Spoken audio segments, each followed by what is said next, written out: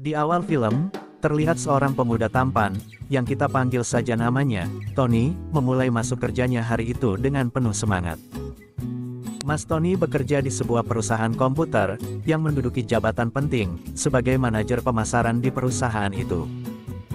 Pada saat Mas Tony masuk ke ruangannya, betapa kagetnya ia, karena ada seorang perempuan yang tidak dikenalnya sedang ada di ruangan itu, yang kita sebut saja di sini namanya, Mbak Tini, yang lagi asyik teleponan dengan kekasihnya, yang bernama Mas Bambang, yang dengan tiba-tiba melepaskan telepon dengan keras, kemudian pergi meninggalkan tempat itu, yang tanpa ia sadari, kalau Mas Tony lagi ada di belakangnya. Ternyata, dari keterangan bagian HRD, Mbak Tini adalah karyawan baru di perusahaan itu. Tidak lama kemudian, terdengar suara keributan dari luar ruangan, karena Mbak Tini berteriak, dan memecahkan sesuatu di dalam toilet, yang membuat seluruh karyawan di tempat itu panik, dan memintanya untuk keluar dari toilet itu, tapi Mbak Tini tidak mau membukanya, yang membuat orang-orang di situ pun menjadi khawatir, dengan berkata, jangan-jangan ia mau bunuh diri. Tidak lama kemudian Mas Tony pun datang, dan mendobrak pintu toilet itu. Setelah pintu toilet itu berhasil dibuka, ternyata, yang dilakukan oleh Mbak Tini, adalah sedang membersihkan toilet. Tidak lama kemudian, Mbak Tini mendatangi Mas Tony, yang secara tiba-tiba ia meminta cuti, lalu Mas Tony pun bertanya padanya, apa alasannya cuti. Yang dijawab oleh Mbak Tini, kalau ia ingin cuti, yang dilanjutkan dengan pengunduran diri. Mendengar itu, Mas Tony pun marah dan mengusirnya. Setelah Mbak Tini pergi, terlihat mantan kekasih Mas Tony ada di situ, yang telah lama menunggunya, yang kita sebut saja wanita ini namanya, Mbak Tutik. Di situ, Mbak Tutik bertanya kepada Mas Tony, bagaimana dengan istrinya? Apakah ia sudah mempunyai anak? Yang dijawab oleh Mas Tony, kalau ia sudah bercerai. Kemudian Mbak Tutik berkata kepada Mas Tony, kalau ia sengaja mencarinya, dan kemudian bertanya kepadanya, apakah ia masih marah padanya, karena ia telah meninggalkannya, dengan menikahi pria lain. Mendengar itu, Mas Tony pun balik bertanya kepada Mbak Tutik, apakah rumah tangganya baik-baik saja? Yang dijawab oleh Mbak Tutik, kalau ia tidak mau menceritakannya saat itu. Di situ, Mbak Tutik berkata kepada Mas Tony, dengan mengejeknya, ia melihat, kalau Mbak Tini, adalah wanita yang imut, yang awalnya musuh bisa jadi kekasih, yang dijawab oleh Mas Tony, kalau itu tidak akan mungkin terjadi. Di tempat yang berbeda, terlihat Mbak Tini lagi ada di mall, dengan membeli banyak barang. Tidak lama kemudian, ia dihubungi oleh kekasihnya, Mas Bambang, yang mengingatkannya, agar Mbak Tini tidak membeli banyak barang dengan menggunakan kartu kreditnya, karena menurut Mas Bambang, kebiasaan Mbak Tini, setiap kali ia marah padanya, pasti ia tidak mampu mengontrol dirinya, untuk berbelanja. Pada saat Mbak Tini sudah selesai berbelanja, tanpa sengaja ia melihat Mas Bambang, kekasihnya bertemu dengan wanita lain, yang terlihat begitu mesra, yang membuatnya terpukul, dan juga membuatnya tidak menyadari barang belanjaannya satu persatu terjatuh. Keesokan harinya, perusahaan mengumpulkan semua pegawainya, untuk membahas tentang masalah yang terjadi. Di situ, Mas Tony menyampaikan keluhannya, mengenai barang pesanan yang sudah ia keluarkan, tiba-tiba diambil oleh salah satu manajer pemasaran, yang kita sebut aja di sini namanya Bang Udin. Yang dijawab oleh Bang Udin, kalau ia punya bukti, barang itu adalah pesanannya, yang sudah ada stempel perusahaan. Lalu Pak Ronald pun kemudian menyalahkan Mas Tony. Lalu bertanya, tak ada masalah lagi kan? Apa masih ada masalah yang perlu diselesaikan di sini lagi? Pada saat Pak Ronald mau meninggalkan ruangan itu, tiba-tiba Mbak Tini berbicara, dengan berkata, kalau departemen penjualan, selalu merebut stok setiap hari, bukankah ada rapat di bulan November lalu, yang menyepakati, untuk semua pengiriman dalam waktu 2 kali 24 jam, bonnya harus distempel, untuk barang yang sifatnya mendesak. Kemudian ada rapat lagi pada awal tahun, yang menetapkan setiap barang harus ada nomor serinya di komputer, baru dinyatakan valid. Kemudian Mas Tony pun menyerahkan bukti, berupa dokumen yang ia tunjukkan kepada Pak Ronald dan Bang Udin, lalu bertanya kepada Bang Udin, mana bukti punyamu? Lalu Pak Ronald pun berkata kepada Bang Udin, kalau ini jelas kesalahannya, yang menjadi masalah besar baginya, dan ia tidak bisa membantu Mang Udin, yang kemudian mereka pun pergi meninggalkan ruangan itu. Pada waktu istirahat jam kerja, Mas Tony pergi ke sebuah rumah makan. Di situ ia ditawarkan menu baru oleh sang koki, yaitu bagian tubuh sapi. yang merupakan makanan khusus untuk laki-laki, yang rasanya berbeda dari yang lain. Mendengar itu, Mas Tony pun langsung memesan 1 mangkuk, tapi sang koki menawarkannya 2 mangkuk biar mantap, yang ditolak oleh Mas Tony, dengan berkata 1 mangkuk saja. Di situ, tanpa sengaja Mas Tony bertemu dengan Mbak Tini, yang juga lagi ada di rumah makan itu. Tidak lama kemudian, makanan pesanan Mas Tony datang. Terlihat Mbak Titi begitu terpaku melihat makanan yang ada di mangkuk Mas Tony. Lalu tiba-tiba, koki rumah makan itu menghampiri Mas Tony untuk menawarkan lagi makanan unik. Melihat apa yang dimakan Mas Tony, Mbak Tini pun dengan tiba-tiba beranjak dari tempat duduknya, yang membuat semua yang ada di tasnya, dan yang ada di meja terjatuh, pecah, dan jadi berantakan. Ia pun dengan segera mengumpulkan barang-barangnya yang tercecer, yang dibantu oleh orang-orang yang ada di tempat itu. Setelah barang-barangnya sudah semua kembali ke tas, ia pun kemudian pergi dari tempat itu. Pada saat Mbak Tini sudah di jalan, untuk kembali ke tempat kerjanya, ia tiba-tiba berhenti, karena ia teringat jimat keberuntungan yang ia simpan di tasnya, yang ternyata sudah tidak ada lagi. Mbak Tini pun kemudian kembali ke rumah makan tadi untuk mencarinya, tapi di sana, ia tidak menemukan jimat keberuntungannya itu. Di tempat yang berbeda, terlihat Mas Tony lagi ada di dalam mobilnya, yang lagi teleponan dengan seseorang. Karena merasa ada sesuatu yang mengganjal di sepatunya, ia pun mengambil benda itu, lalu membuangnya, yang secara ajaib, tanpa setahu Mas Tony, kembali lagi masuk ke dalam mobilnya. Ternyata benda itu adalah jimat keberuntungan yang dicari oleh Mbak Tini tadi. Pada saat sudah kembali ke tempat kerja, ada seorang wanita, salah satu karyawan di perusahaan itu, mengingatkan Mbak Tini, agar ia berhati-hati terhadap Mas Tony, supaya Mbak Tini jangan dekat dengannya, karena menurut wanita itu, Mas Tony adalah pria mesum. Ia bercerai dengan istrinya, disebabkan, karena ia selalu gonta-ganti wanita di luar, dengan memesan kamar di hotel yang dekat perusahaan tempatnya bekerja, sebagai tempat tinggalnya. Mendengar itu, Mbak Tini pun berkata pada wanita itu, pantas saja, tadi ia melihat Mas Tony makan bagian tubuh sapi, menjijikan. Setelah itu, cerita Mbak Titi itu pun tersebar, dan jadi bahan gosip para karyawan di perusahaan itu. Tidak lama kemudian, Mas Tony meminta semua bawahannya untuk berkumpul di ruangan rapat. Di situ Mas Tony menyampaikan kepada semua bawahannya, kalau konsumen mereka yang bernama Tuan Gao, dari Shenzhen menelponnya, karena tidak adanya penawaran harga padanya, yang membuat ia kecewa dan marah. Lalu ia pun memesan barang dengan orang lain. Setelah menjelaskan permasalahan yang sedang dihadapi, Mas Tony pun bertanya kepada mereka, siapa yang bertanggung jawab atas pekerjaan itu. Yang dijawab oleh salah satu bawahannya, yang bernama Mbak On Ki, dengan berkata, kalau ia sudah menyerahkan pekerjaan itu kepada Mbak Tini, karena ia harus pergi berobat ke klinik. Di situ, Mbak Tini pun meminta maaf, dengan berkata, kalau ia lupa. Kemudian Mas Tony pun bertanya kepada Mbak On Ki, apakah gajinya juga diberikan kepada Mbak Tini. Lalu Mbak Tini berkata kepada Mas Tony, kalau itu bukan salah Mbak On Ki, tapi ia yang salah, karena lupa mengerjakannya. Mendengar itu, Mas Tony pun berkata dengan tegas kepada mereka, kalau ia tidak peduli, yang penting besok, ada orang yang pergi ke Shenzhen, untuk mengurusnya, jika tidak mereka harus menanggung kerugiannya. Lalu rapat pun dibubarkan. Kemudian Mas Tony meminta Mbak Tini untuk jangan keluar dulu dari ruangan itu, karena ia mau berbicara dengannya. Di situ Mas Tony bertanya kepada Mbak Tini, kenapa ia menyebarkan gosip tentang dirinya ke semua karyawan di perusahaan. Yang dijawab oleh Mbak Tini, kalau ia tidak tahu, ia hanya mengatakan kepada satu orang. Mendengar itu, Mas Tony pun lalu meminta agar Mbak Tini memberitahukannya, siapa orang yang telah menyebarkan gosip itu. Di situ Mbak Tini hanya terdiam. Kemudian Mas Tony mengingatkan Mbak Tini, agar ia jangan ikut campur dalam urusan Shenzhen lagi, dan tidak lagi membantu Mbak On Ki, karena menurut Mas Tony, sejak ia hamil, Mbak On Ki jadi malas, dan walaupun dibantu, ia juga tidak akan berterima kasih pada Mbak Tini. Keesokan paginya, Mas Tony menghampiri Mbak On Ki, untuk menanyakan, bagaimana mengenai masalah Shenzhen, apakah sudah dikerjakan? Mbak On Ki tidak menjawab, hanya menunjukkan ekspresi muka, menandakan kalau belum ia kerjakan.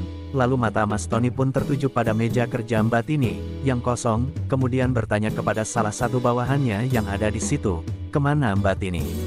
Yang dijawab, Ia pergi ke Shenzhen. Mendengar itu, Mas Tony pun marah, dengan meminta bawahannya, untuk membatalkan semua pertemuan karena ia harus menemui Tuan Gao. Sementara itu Mbak Tini sudah tiba di stasiun kereta api di Shenzhen, kemudian meminta supir taksi untuk mengantarnya ke kantor Tuan Gao, sedangkan Mas Tony sudah berada di kantor Tuan Gao. Di situ Mas Tony meminta maaf atas apa yang terjadi. Awalnya Tuan Gao tidak memperdulikannya, tapi kemudian tiba-tiba berubah, menjadi menyukainya.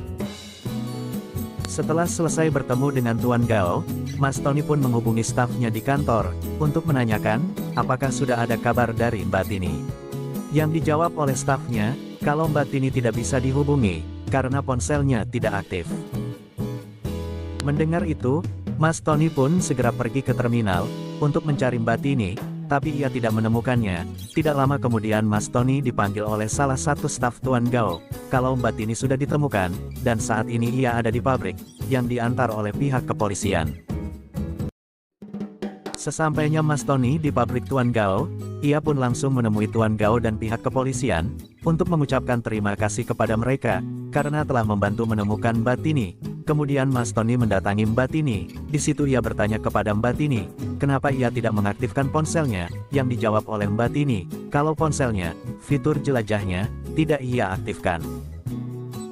Di situ juga Mas Tony berkata kepada Mbak Tini, kenapa ia tidak mau mendengarkan perkataannya, kalau ia tidak usah pergi ke Shenzhen, dan begitu bodoh, mudah sekali tertipu, dengan menaiki taksi yang jelas-jelas ingin menipunya, yang dijawab oleh Mbak Tini, kalau ia juga tidak menginginkan hal itu terjadi.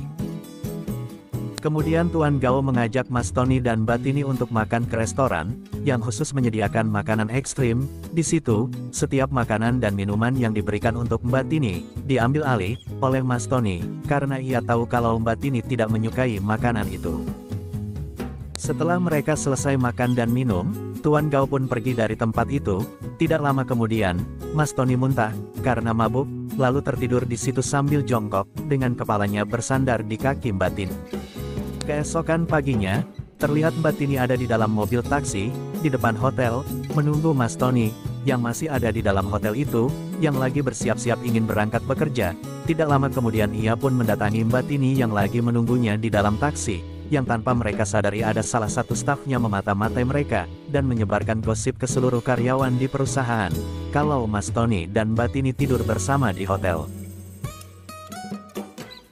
Sesampainya di kantor, Mas Tony dan Mbak Tini menjadi bahan perbincangan seluruh karyawan di perusahaan itu, melihat gelagat yang tidak baik, dan menghindari fitnah. Akhirnya Mas Tony pun memanggil satu persatu stafnya, dan bertanya kepada mereka, dari mana mereka dapat kabar kalau Mbak Tini tidur dengannya di hotel. Akhirnya, dari satu persatu karyawan yang dipanggilnya, Mas Tony pun menemukannya, siapa yang menyebarkan gosip itu. Kemudian Mas Tony pun marah kepada stafnya itu, karena telah menyebarkan gosip itu, dan mengancamnya, dengan berkata, kalau ia akan memberhentikannya dari perusahaan itu, karena ia terlalu sering mendengar stafnya itu membuat gosip.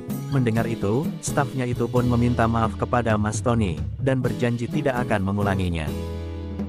Dan juga meminta maaf kepada Mbak Tini. Mendengar itu, Mbak Tini pun lalu memohon kepada Mas Tony, agar ia mau memaafkannya, yang membuat Mas Tony pun terdiam. Pada saat ingin pulang kerja, tanpa sengaja Mas Tony melihat benda yang telah ia buang beberapa waktu yang lalu, ada di jok mobil belakangnya, lalu membuangnya, tapi tiba-tiba benda itu kembali lagi. Melihat itu, Mas Tony pun kembali mencoba membuangnya. Dengan melihat benda itu, setelah dirasa aman benda itu tidak akan kembali lagi, ia pun pergi dari tempat itu, tapi belum jauh dari tempat itu, Mas Tony tiba-tiba berubah pikiran, dengan kembali mengambil benda itu dan menaruh di laci mobilnya.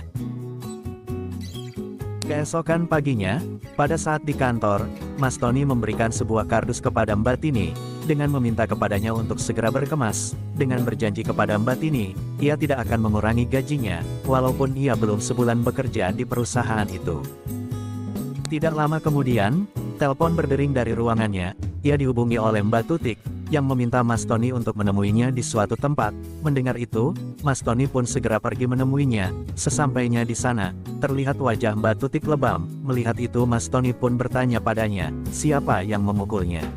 Yang dijawab oleh Mbak Tutik, Kalau itu sudah menjadi kebiasaan suaminya, apabila ada masalah dengan bisnisnya, pasti ia minum sampai mabuk dan memukulnya. Setelah Mbak Tutik menceritakan itu, ia pun kemudian memeluk Mas Tony.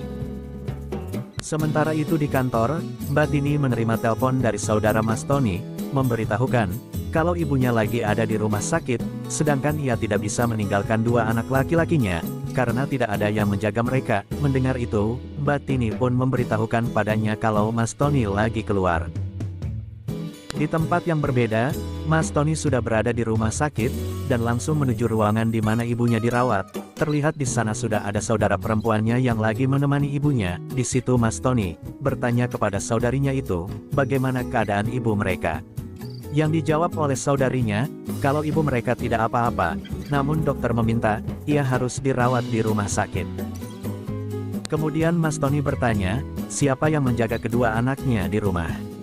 Yang dijawab oleh saudarinya itu, kalau ia meminta tolong seorang gadis yang bernama Mbak Tini, dari perusahaan Mas Tony, untuk membantu menjaga mereka. Lalu tiba-tiba, ibunya memegang tangan Mas Tony, dan berkata padanya, kalau Mbak Tini adalah gadis yang baik, dan meminta Mas Tony, agar ia jangan mengecewakannya. Pada saat Mas Tony sudah tiba di rumah saudara perempuannya, terlihat Mbak Tini sedang bersama kedua keponakannya sedang tidur. Setelah ia terbangun, Mas Tony pun mengantar Mbak Tini pulang. Di situ Mas Tony memujinya, karena sanggup mengurus kedua keponakannya yang nakal. Tidak lama kemudian, Mbak Tini ditelepon oleh Mas Bambang, tapi ia langsung mematikan teleponnya, karena ia kecewa terhadap Mas Bambang yang sudah mengkhianatinya, dengan selingkuh dengan wanita lain. Di dalam mobil Mas Tony, Mbak Tini mulai bertingkah aneh, karena mengingat kelakuan Mas Herman terhadapnya, yang membuatnya terpukul. Melihat itu Mas Tony pun menawarkan pundaknya, dan meminta Mbak Tini, agar jangan menahan kesedihannya. Awalnya ia menolak, tapi secara tiba-tiba ia memeluk erat Mas Tony, yang membuat Mas Tony kewalahan.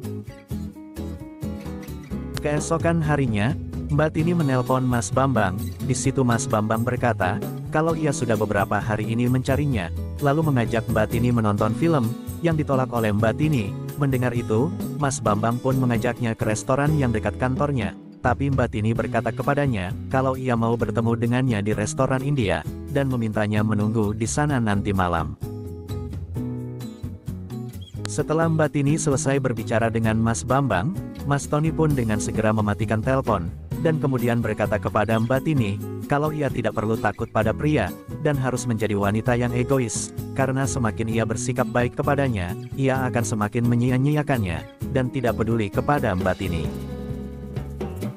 Malam harinya, Mas Tony dan Mbak Tini pun pergi ke restoran India, di mana Mbak Tini dan Mas Bambang akan bertemu. Setelah mereka sampai di sana, Mas Tony dan Mbak Tini melihat kalau Mas Bambang sudah ada di depan restoran itu.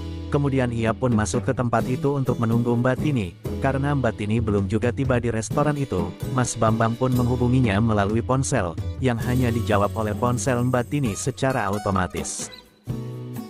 Tidak lama kemudian, Mas Tony pun meminta Mbak Tini untuk menemui Mas Bambang, dengan menaruh headset di telinga Mbak Tini, supaya ia bisa memberitahukan kepadanya, apa yang harus diperbuat Mbak Tini, saat sudah berada di restoran itu bersama Mas Bambang. Mbak Tini pun lalu pergi ke restoran itu, untuk menemui Mas Bambang. Sesampainya di restoran itu, ia pun ditegur oleh Mas Bambang, karena ia tidak mengangkat teleponnya, dan terlambat datang, yang membuatnya harus menunggu lama. Di situ, Mas Tony pun mulai memberikan petunjuk, apa yang harus Mbak Tini lakukan, agar Mas Bambang menjadi terpesona padanya, dan tidak menyadari kalau ia lagi dipermainkan. Pada saat lagi asyik-asyiknya, tiba-tiba Mbak Tutik menelpon Mas Tony, memintanya agar segera menemuinya. Mendengar itu, ia pun lalu menelpon Mbak Tini, untuk memberitahukannya kalau ia harus menemui seseorang, dan meminta Mbak Tini harus bisa mengatasinya sendiri. Di restoran itu, terlihat Mas Bambang tampak mulai gelisah, dan serba salah karena apa yang telah dilakukan oleh Mbak Tini padanya, yang kemudian berkata kepada Mbak Tini, kalau ia mencintainya, dan mengajak Mbak Tini untuk mendengarkan musik di rumahnya. Tapi tiba-tiba, Mbak Tini, dengan tangannya, menempelkan makanan di wajah Mas Bambang, dan kemudian pergi meninggalkannya dari restoran itu. Setelah Mbak Tini meninggalkan restoran itu, dan berjalan melewati sebuah kafe, Tanpa sengaja ia melihat Mas Tony lagi bersama seorang perempuan di tempat itu, yang kemudian dilihat oleh Mbak Tutik, kalau Mbak Tini lagi ada di depan kafe dan sedang memperhatikan mereka, lalu memberitahukannya kepada Mas Tony. Mengetahui hal itu, Mas Tony pun memintanya masuk, karena Mbak Tini tidak juga mau masuk. Akhirnya Mas Tony pun mendatanginya dan mengajaknya untuk bergabung, tapi ditolak oleh Mbak Tini, dengan berkata kepadanya, kalau ia ingin pulang. Karena Mbak Tini tetap berisikeras tidak mau masuk dan ingin pulang, akhirnya Mas Tony pun kembali masuk ke dalam kafe. Di situ, Mbak Tutik bilang kalau Mbak Tini menyukai Mas Tony, yang kemudian dijawab oleh Mas Tony, kalau Mbak Tini baru saja putus dengan kekasihnya, dan ia hanya ingin membantunya. Karena kasihan terhadap Mbak Tini, yang barusan putus dengan kekasihnya, Mas Tony dan Mbak Tutik pun mengambil inisiatif untuk mencarikan kekasih untuknya, dengan memanggil dan menyeleksi beberapa pria yang dianggap cocok buat Mbak Tini, yang akhirnya Mas Tony menjatuhkan pilihan pada seorang pria pendek dan gemuk. Melihat itu, Mbak Tutik pun kaget dan heran akan pilihan Mas Tony, dengan bertanya padanya, kenapa memilih pria itu, yang bentuknya gemuk dan pendek, apa itu tidak salah? Padahal sudah ada beberapa lelaki tampan, yang sudah mereka panggil, yang dijawab oleh Mas Tony, kalau menurut penilaiannya, pria yang terakhir ini tampan. Keesokan paginya, pada saat di kantor, Mas Tony mencoba mengajak Mbak Tini untuk makan malam bersamanya.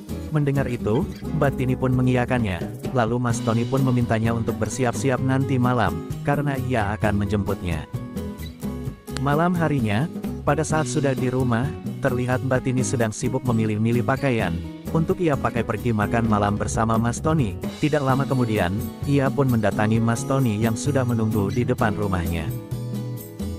Pada saat sedang di perjalanan menuju restoran, Mas Tony pun berterus terang pada Mbak Tini, kalau ia dan Mbak Tutik ingin memperkenalkan seorang pria untuknya. Mendengar itu, Mbak Tini pun kaget, dan mulai bertingkah aneh lagi, dengan mengambil tisu, lalu menggosoknya ke kaca pintu dan ke dashboard mobil, seperti kebiasaannya kalau lagi kesal dengan seseorang. Melihat itu, Mas Tony pun lalu berkata kepada Mbak Tini, apabila ia tidak mau untuk diperkenalkan dengan seorang pria, tidak apa-apa, ia tidak akan memaksanya, dan akan mengantarnya pulang. Di situ, Mbak Tini pun bertanya pada Mas Tony, apakah ia benar-benar ingin ia menemui pria itu. Yang dijawab oleh Mas Tony, kalau itu, terserah pada Mbak Tini. Mendengar itu, Mbak Tini pun keluar dari mobil, untuk masuk ke restoran itu, dan langsung menemui Mbak Tutik, dan pria yang akan dikenalkan padanya, yang kemudian Mas Tony pun menyusulnya masuk ke dalam. Pada saat Mas Tony sudah berada di meja restoran itu, betapa kagetnya ia, melihat pria yang dibawa oleh Mbak Tutik yang akan diperkenalkan pada Mbak Tini. Karena pria ini berbeda dari pria yang ia telah pilih, lebih tampan dan menarik, yang bernama Robert, yang membuat Mas Tony pun menjadi khawatir, apalagi di situ, terlihat Mbak Tini tampak menyukai pria itu, karena ia memiliki helm yang bagus dan motor yang keren. Kemudian Robert pun mengajak Mbak Tini untuk ikut dengannya, untuk merasakan kehebatan motornya. Setelah mereka pergi, Mas Tony terlihat begitu gelisah, dan bertanya kepada Mbak Tutik, apakah mereka akan kembali. Yang dijawab oleh Mbak Tutik, kalau mereka pasti akan kembali, karena tas Mbak Tini masih berada di meja. Tidak lama kemudian, tiba-tiba Mbak Tini datang dengan terengah-engah, untuk mengambil tasnya yang ketinggalan di restoran itu. Setelah itu, ia pamit untuk kembali lagi pergi bersama Robert.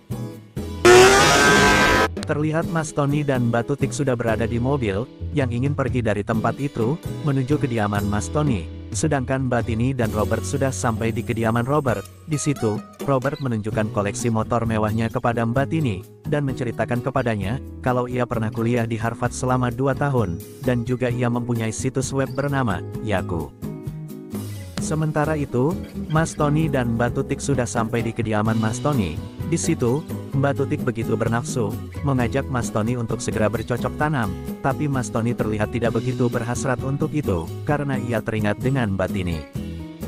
Ketika ada yang datang, dengan segera Mbak Tini pun mengusir orang itu, begitu juga pada saat telepon berdering, dengan cepat juga ia matikan, yang dianggapnya mengganggu. Pada saat lagi sedang asyik-asyiknya, tiba-tiba tangan Mas Tony menyentuh telepon, yang tanpa disadarinya, ia menekan nomor ponsel Mbak Tini. Melihat itu, Mbak Tutik pun marah padanya, dan kemudian pergi dari tempat itu meninggalkan Mas Tony. Keesokan paginya, Pada saat masuk kerja, terlihat Mas Tony, sebelum ia masuk ke ruangannya, ia terlebih dahulu melihat meja kerjanya Mbak Tini, yang orangnya belum terlihat di situ. Berselang beberapa waktu kemudian, Mas Tony kembali lagi melihat ke arah meja kerja Mbak Tini, tapi orangnya belum terlihat juga. Tidak lama kemudian, Mbak Tini terlihat sudah datang, yang sedang ada di meja kerjanya. Melihat itu, Mas Tony pun langsung mendatangi dan bertanya kepadanya, kenapa ia datang terlambat, yang dijawab oleh Mbak Tini, kalau ia datang sebelum jam kerja. Kemudian banyak pertanyaan yang diajukan oleh Mas Tony kepada Mbak Tini, tentang apa saja yang dia lakukan saat sedang bersama Robert. Di sini terlihat kalau Mas Tony cemburu terhadap Mbak Tini, karena kedekatannya dengan Robert, tapi Mbak Tini hanya mengatakan kalau ia suka dengan keahlian Robert dalam mengendarai motor balap. Karena tidak mau kalah dengan Robert, Mas Tony pun kemudian membeli motor balap, dan mencoba belajar mengendarainya, tapi sayang ia tidak bisa, walaupun sudah berusaha. Tidak lama kemudian, datang sekelompok orang yang mengendarai motor balap mendatangi, lalu mengelilingi Mas Tony. Melihat itu ia pun marah kepada mereka, karena merasa terganggu dengan apa yang mereka lakukan. Mendengar itu, salah satu pengendara pun berkata, kalau mereka hanya ingin menyapanya, kemudian mereka pun pergi dari tempat itu. Setelah agak jauh dari tempat Mas Tony berada, tiba-tiba para pengendara motor balap itu berhenti. Ternyata di antara pembalap itu ada Mbak Tini dan Robert. Di situ Mbak Tini kemudian kembali ke tempat Mas Tony tadi berada. Sesampainya di sana ia tidak bertemu Mas Tony, yang tertinggal hanya motor balapnya saja ada di situ. Mbak Tini pun kemudian mendatangi Mas Tony di apartemennya, lalu memarahinya, karena meninggalkan motor balapnya dan tidak mau belajar mengendarainya. Setelah itu Mbak Tini masuk dan bekerja membantu Mas Tony menyelesaikan pekerjaannya, tapi ia tidak fokus, dan kemudian pergi meninggalkan Mas Tony. Keesokan harinya, di kediaman Robert, terlihat Mbak Tini ada di situ, dan juga kedua orang tua Robert. Mereka mencoba mengajak Mbak Tini untuk mau ikut mereka pergi ke Miami. Lalu Robert juga menghubungi anak buahnya untuk menyiapkan segala keperluan untuk keberangkatan kedua orang tua dan saudara-saudara Mbak Tini yang juga akan ikut mereka, yang membuat Mbak Tini terlihat tampak kebingungan. Sesampainya di pelabuhan, kapal yang akan membawa mereka terlihat sudah siap, dan di situ sudah banyak orang menunggu mereka, yang membuat Mbak Tini pun semakin kebingungan. Tidak lama kemudian terlihat kedua orang tua dan saudaranya datang. Ternyata Robert ingin menikahi Mbak Tini, dengan perjanjian kontrak nikah, dan berjanji setelah anak mereka lahir, serta kontrak nikah berakhir, ia akan memberikan banyak uang untuk Mbak Tini. Mengetahui hal itu, Mbak Tini pun segera menghubungi Mas Tony, untuk memberitahukannya, kalau Robert ingin menikahi dan membawanya ke Miami, dan meminta Mas Tony untuk segera datang menolongnya. Mendengar itu, Mas Tony pun meminta Mbak Tini untuk menunggunya, dan jangan menaiki kapal. Sementara di pelabuhan, Mbak Tini didesak untuk mau menerima lamaran Robert, dan mereka berusaha mempengaruhinya, dengan mengatakan, kalau Mas Tony adalah laki-laki yang senang gonta-ganti wanita, yang tidak baik buat Mbak Tini, tidak seperti Robert, adalah laki-laki yang baik, dan memiliki karir yang cemerlang, serta memiliki harta yang berlimpah. Sesampainya Mas Tony di pelabuhan, ia pun berusaha memasuki kapal yang membawa Mbak Tini dan keluarganya pergi, tapi terlambat, kapal sudah mau meninggalkan pelabuhan. Mas Tony pun berteriak memanggil Mbak Tini, dan juga membawa spanduk yang bertuliskan, "I need you," tapi Mbak Tini tidak juga muncul. Keesokan harinya, di kantor, tampak terlihat beberapa karyawan yang selama ini tidak begitu menyukai Mas Tony terlihat bahagia, karena ada kabar kalau Mas Tony akan keluar dari perusahaan itu. Pada saat Mas Tony mau pergi, tiba-tiba ia berpapasan dengan Mbak Tini, yang terlihat terburu-buru menuju kantor, untuk menemuinya. Melihat itu, Mas Tony pun berusaha mengejarnya. Sesampainya di ruangan Mas Tony, Mbak Tini pun langsung menyampaikan, kalau ia menemukan catatan transaksi Pak Ronald dan Mang Udin dengan klien Jiang Men, tanpa melihat siapa orang yang ada di depannya. Bukannya ketemu Mas Tony, tapi ketemu Pak Ronald, Mang Udin, dan salah satu staf wanita di perusahaan itu. Melihat itu, Mbak Tini pun berusaha mengembalikan kembali dokumen ke dalam kardus yang sudah ia keluarkan, tapi Pak Ronald, Mang Udin, dan staf wanita itu berusaha merebut dokumen itu darinya. Tidak lama kemudian Mas Tony datang dan menghambur-hamburkan dokumen itu, yang membuat Pak Ronald, Mang Udin dan staf wanita itu panik, sebab Mas Tony memang ingin keluar dari perusahaan itu, Karena yang terpenting menurut dia adalah Mbak Tini kembali, dan mengatakan kepada Mbak Tini, kalau ia mencintainya. Dan film pun tamat.